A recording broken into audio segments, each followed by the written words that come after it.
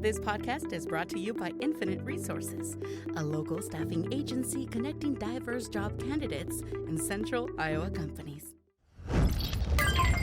Amplified. Welcome to Shed Talk. Unveiling the conversations that thrive behind the shed, where authenticity meets unfiltered stories. I'm Javier Tuel, certified personal trainer and owner of Tool Shed Training. And I'm Tammy Humpal, professional educator and leadership coach.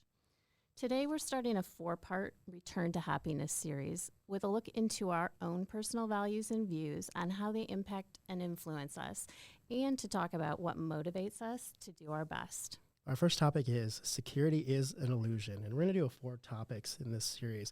First one's going to be money and finance. Second's going to be recognition and fame. I like that one. Third one's going to be success and promotion, and the fourth will be traditional ideas about security. Forbes magazine, 79% of people in the US say money makes them happy. Studies vary between 20, 50, and 75,000. So that's what we're going to talk about today. So, Tammy, I'm going to go back, way back to when you and I first started our careers. And I think about, has money really made me more happy? Mm-hmm. So my question is for you, is the same question. Has money made you more happy? I think it depends on when you look way back, right, at the very beginning, that was hard because I wasn't making anything, really. If I went back to what I was starting at, I was probably within the limits of poverty. But it didn't matter. I had a full-time job, right? I was teaching at the time. What made it even harder, though, was Rich graduated as an engineer, had no job. We were looking for work in a time when there wasn't work available. A little bit like now. It's harder. There are jobs, but it was hard to find something in what we wanted to do. So we didn't anticipate, I think, being unhappy, but it was stressful. So that led to some unhappiness. But we had to get creative with what we did, and I think we had to take a look at what was important to us, whether that financial security was truly an illusion. Right. I had a conversation with a couple of my clients today, and these conversations are so fun because everyone has a different spectrum from like you and I. Like when I first started, I was in human services being case manager. Mm-hmm. And I think about when I was making like $20,000 when I first started, and I was in the heart and the depth of my job working with people one-on-one, to the point in time where I was making $50,000 and I was a case manager typing away all day. And I think about, was I happier working with people, or was I happier making more money? And I think the big thing that I saw was I probably was a little bit happier because I felt more secure.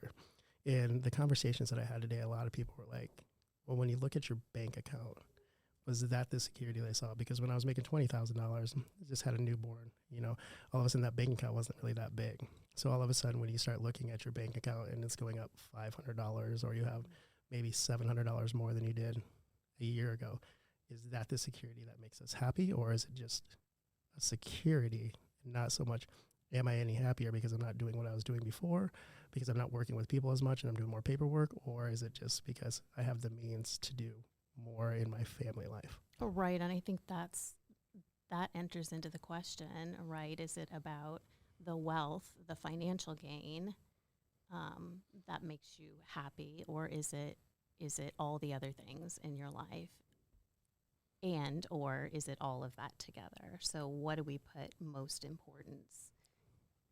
What do we think about as most important? Both of us were and continue to be in service type of industries, right? So I think we value the people end of it. We value the connection end of it. But when you think about our society and what we say makes us happy, that all involves some kind of financial security. What do you want to do this weekend? You want to go out and hang with your friends. You want to go to a restaurant. You want to go do things that cost money. So, and I think providing for our families too. We both had young families. It takes a lot to involve them in things, to allow them to have the means to be in the activities, to do the sports, to be in the the clubs. That all takes money. So you have this vision of what you'll need to do. And I wonder when we lose sight of the creativity and the moments along the way, that really life is made up of those moments, right? When you think back, the memories, what are the memories? Right. So you and I talked about this the other day when we were working on this, and I love this podcast is bringing us both out of our comfort zones. But when you talk to your broker or the person whoever helps you with your financial stuff, the one thing I said, I wish, and it would be amazing if they would ask you, instead of what do you want to do when you retire, what did you do when you were 20 or when you were 30 and you didn't have a lot of money at the time, to make it fun? Because I think sometimes as we start getting more financial gains, sometimes we lose that creativity like you talked about. Like, I can remember when there was a point in time where it was like, I take the pocket change out of my pocket, and I would look at my wife at the time and be like, let's go to the track, because the horse races were free. So we'd go out to the track, we'd have probably $20 to spare, and we'd put $2 on every horse in the hopes that we'd win 10, maybe $30, and then we could go out to eat. But if we didn't, then we went home. But it was that creativity. And nowadays, I think, now that I have the financial means to be able to be like, I just go out to eat here, let's try this restaurant here. Am I as happy now, or was I happier then because I was more creative? Or is the change of happiness coming now because I can try more things? Or what is that piece? What is that piece that really defines our happiness? And there probably isn't one right or wrong answer to this, but I wish that's what they would ask me the next time. Like, what do you want to do when you retire? You know what I want to do? I want to go back and think about all the steps between my 20s and 30s and each financial piece that I made. What was I doing at that time to be creative, to really, truly find the happiness, instead of just being like, hey, let's just go get something to eat today. Well, where do you want to go? I don't know, you choose. Because it wasn't like that. It wasn't always like that.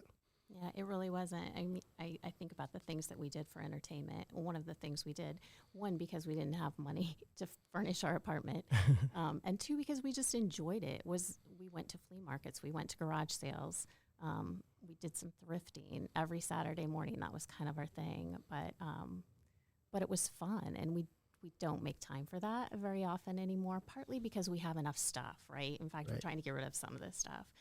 But you don't have to buy to enjoy the experience. And it really was about an experience more than what we were looking for or leaving with. One of the questions that I talked about this morning too is like, when you start moving up that financial ladder, sometimes you lose time? And, is time, this could be a whole other conversation to have. I can remember when I was making, right out of college, you were working horrible hours, but you worked an 8-hour shift, and that was it. Maybe you got lucky to get in some overtime. But as you start climbing that ladder, and all of a sudden you're starting to make more money, the responsibilities grow. And as you reach those pinnacles of, moving into the next, income level, how much time is taken away? How much time is taken away from your family, from your friends, from maybe hobbies and things that you're doing because you're expected more. And we live in a society where I think sometimes we're based on things that maybe we have. They say sometimes it's your happiness sometimes is if you look at your neighbor's house and you're like, well, my house is as nice as theirs, and my car seems to be as nice as theirs, so I think we're doing okay. Mm-hmm. As long as it's as nice as, right? And theirs isn't suddenly a lot nicer than, and so we compare ourselves in that way.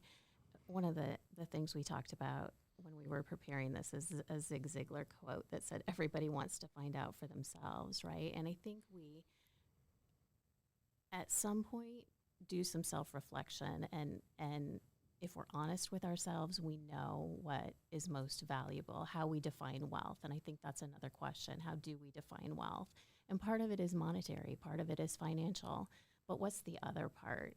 And I think that's where that quote speaks to me, is everybody wants to find out for themselves, and I think everybody needs to find out for themselves. But in that, do we make some missteps in chasing the dollar? I think it's right. The conversation I think about today is me sitting in my office, hitting the pinnacle of what I would say in human services was the money tree, but having a conversation with a guy next to me who was looking at me counting down his retirement 264 days away. Mm-hmm. And I was like, I know I'm going to have great IPers, and I know I'm making a lot of money, but I sure don't feel great. I'm not getting home any earlier, and I have a whole lot more responsibilities than I did, and I'm not really doing what I wanted to do. So I would say at that point in my life, I probably didn't do enough homework to ensure that the financial gains that I was making was going to help me with my family life, with my social life, with my health, because at that point in time, I was probably the most out of shape I'd ever been. It affected so many things. So I would say probably in my 30s, when I was moving up the career, I don't think I did enough homework. And this is where I would challenge people.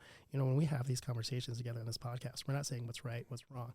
We're saying, hey, stop and think for a second. What'd you do when you were fun when you were 20s? How did you feel in each career change? And how did you feel on each financial change when you're gaining in the financial world, or if you had to take a step backwards? Ooh, got you speechless. I know. Just stop and think about that for a minute. And I wonder, so as you were talking, I was thinking, what was the point where you decided you had to make a change? And what allowed you to do that? Because you had a young son who needed you. You were early in your marriage. You didn't have a lot of money. So you knew it was taking a toll on your health. You knew, and this is, we talk about this a lot, physical, mental, emotional well-being, right? And it's all important.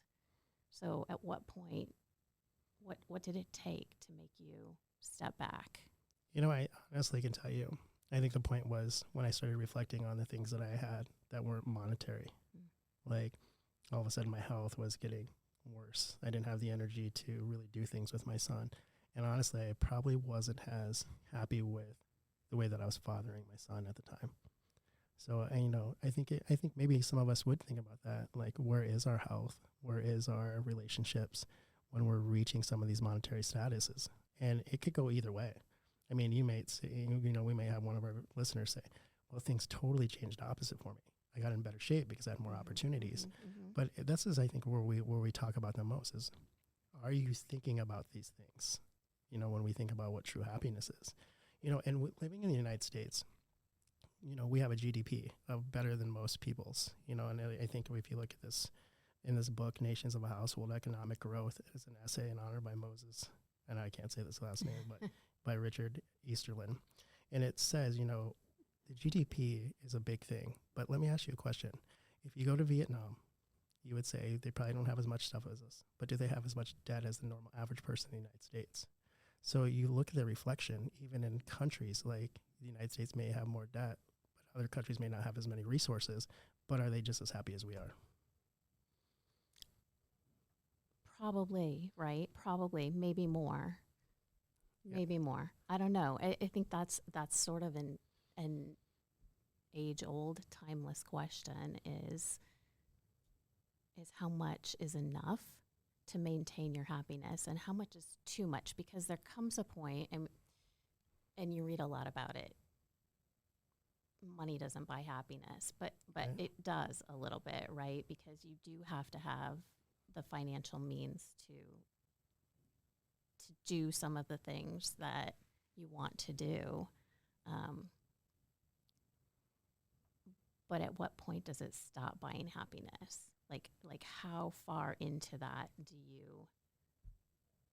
do you get before you realize that now it's just the things?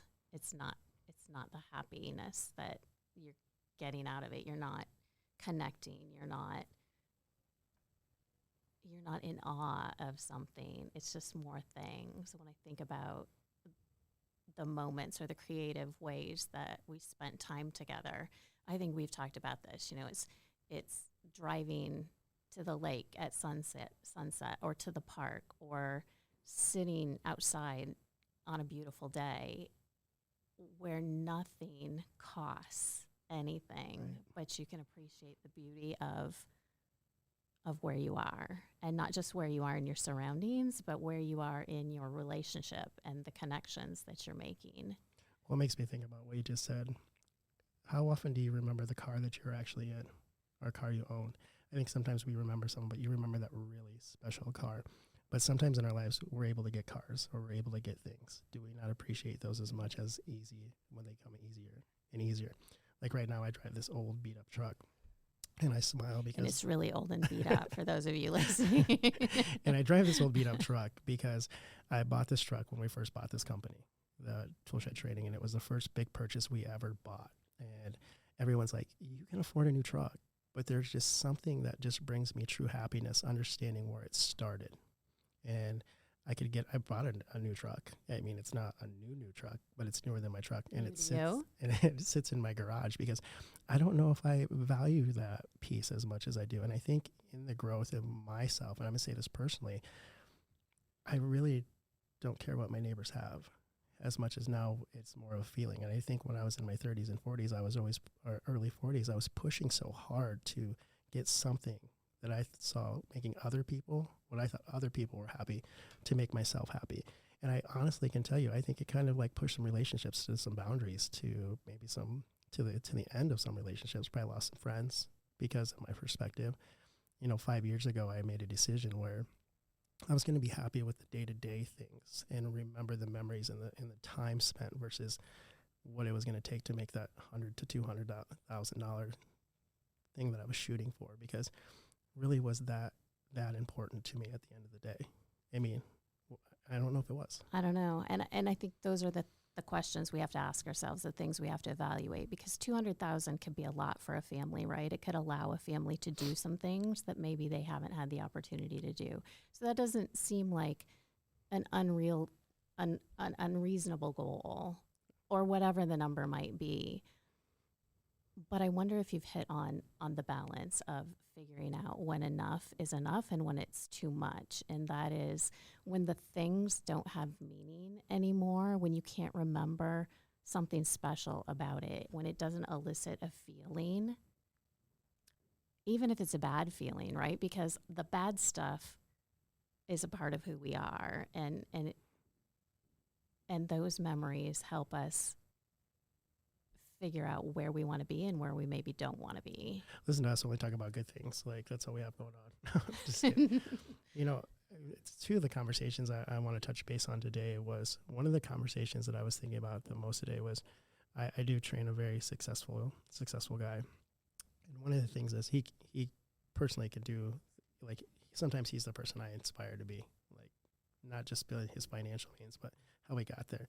But the story I said today is, like, when I'm questioning people because I want answers to my questions, I'm like, what was the one thing that you did? He goes, it wasn't something that I did, Javier, that I remember. He goes, I remember being able to purchase the beer that I wanted to drink. And I go, what do you mean? He goes, and not what I could afford. Yeah, he goes, I was just getting what I could afford, and it was always the warm beer that wasn't in the cooler. And that's interesting to me, because you can have so many things, but you know what means the most is that memory of that success.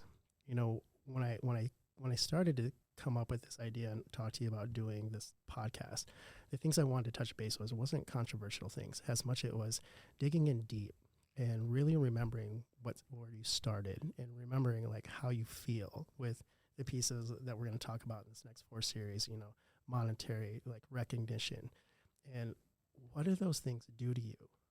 How do you grow with them? How do you make them better? How can we help someone else? Sit down for a couple of minutes and answer all these questions that we're talking about. And we've done a lot of reflecting on, like you said, not just this topic, but a lot of topics and where we are and the general well-being of folks that we hang out with. And it seems to be negative, right? Yeah. So we push to be positive and optimistic and think about truly what makes us happy. And that's where the return to happiness came from, and reading The Happiness Advantage by Sean Aker, and really, I think, exploring ways in which he says we can train our brain to be different, to be more optimistic, to get the things that if we can see it, if we believe it, we can train our brains in a way that will help us be more likely to attain it, whether that's financial stability or relationships, whatever it might be. But that optimistic sense of well-being makes me think about the imbalance in the chase, right? And then Right. back to what we titled our podcast for today is that security is an illusion. And when you think about an illusion or a magic show, just when you think you know what is happening, just when you think you can see it, it's right there, it's not, Right. right? And not necessarily because it's moved, but because we've changed and our realities have changed. And so no matter what we think about as security, it's always just maybe a little bit unattainable. You know, when I think about this monetary stuff that we're talking about, I think the other reason I want to talk about it so much is because it can be taken away so quickly. Our lives change. Health could take it away very quickly. A diagnosis, a heart attack, things that cost us a tremendous amount of money, a bad investment, something that just we weren't prepared for. And how are we going to be able to react when those things happen? We'll remember the times that we built ourselves to get there, to make sure that we stay strong in those times, or will us losing those monetary things make us fall apart? Mm-hmm.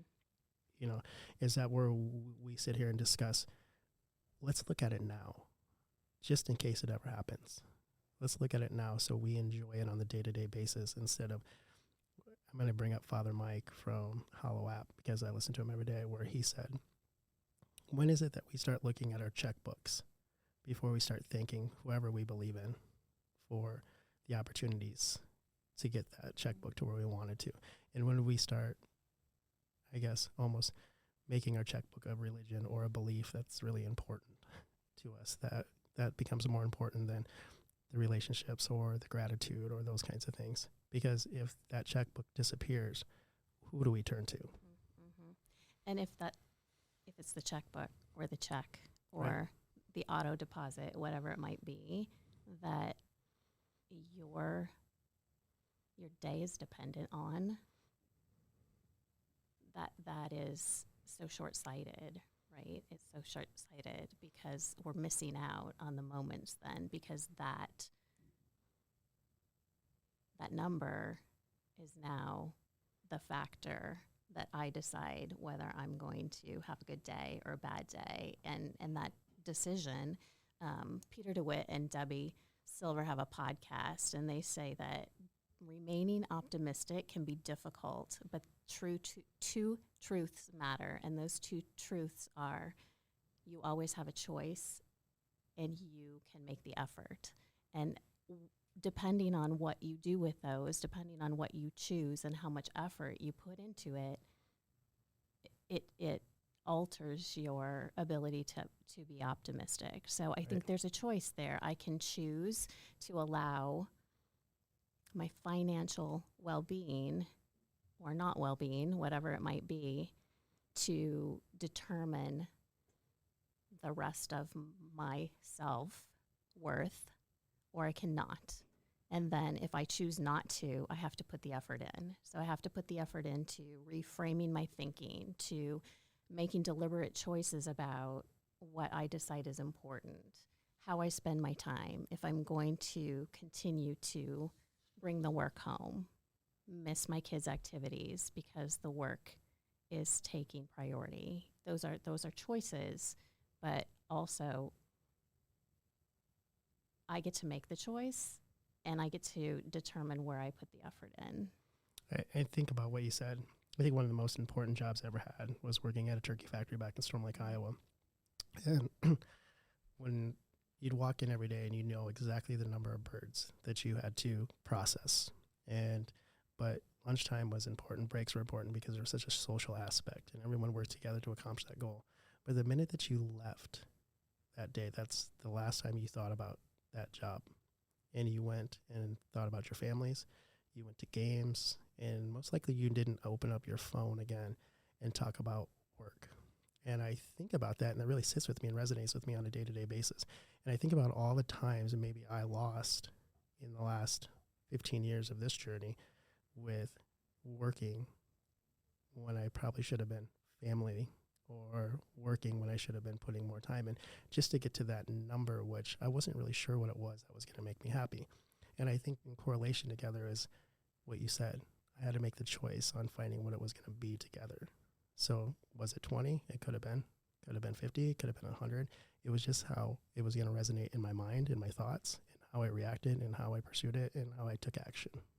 And that's the effort. And that's what Sean Aker talks about with that deliberate training of your brain, right? You had to make that decision, and then you had to put the work in to think differently about it, to make the choice to put your phone away, because you, to be honest, your work is your phone, your schedule is your phone, your contacts are your phone, your clients are your phone. So when you're not working, you're still working, and you could be 24/7. I know you, and you take about 4 hours off. So you have to make the deliberate choice to put it away. But you're not alone. I think there's a lot of us out there like that.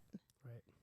I think the thing I'm going to stick by, and I wish I could say this was mine today, and it's not mine, but Mike told me today, one of my clients said, Javier, at the end of the day, what comes from here, your heart, is what's going to make you happy. Mm-hmm. And he goes, it may be money, it may be faith, it may be those things, but it's how you choose to make it. And I'm excited to go on with this series. I'm excited that you decide to come on this ride with me, because you're the one who's more put together. You know, you come in here dressed looking nice. I'm in shorts and a sweatshirt. And it doesn't matter because nobody can see us. You're the one who provided the notes. But yeah, I'm excited. So as we close, and we'll talk a lot about a lot of things that we brought up today, and I think we'll dig into who we are and what brought us to this point. But as we close, I think one thing that we want to offer is a challenge to anyone who's out there listening. And you said it earlier, it's not a judgment call. There's no right or wrong answer to this. It's really a discernment with who you are and who you want to be. But at least to think about what has brought you solace, what moments and memories evoke feelings that you don't want to lose, so that the legacy that you leave isn't about how much is in your bank account. It's who you've touched. It's the connections you've made. It's what's most important to you and those feelings that you don't want to lose. So the challenge, I think, is to think about where you find solace and security most, and then go after that. I like that. I think that's a perfect way to wrap it up. I'm Javier. And I'm Tammy. And this is Shed Talk. This podcast is brought to you by Infinite Resources, a local staffing agency connecting diverse job candidates in central Iowa companies. Amplified.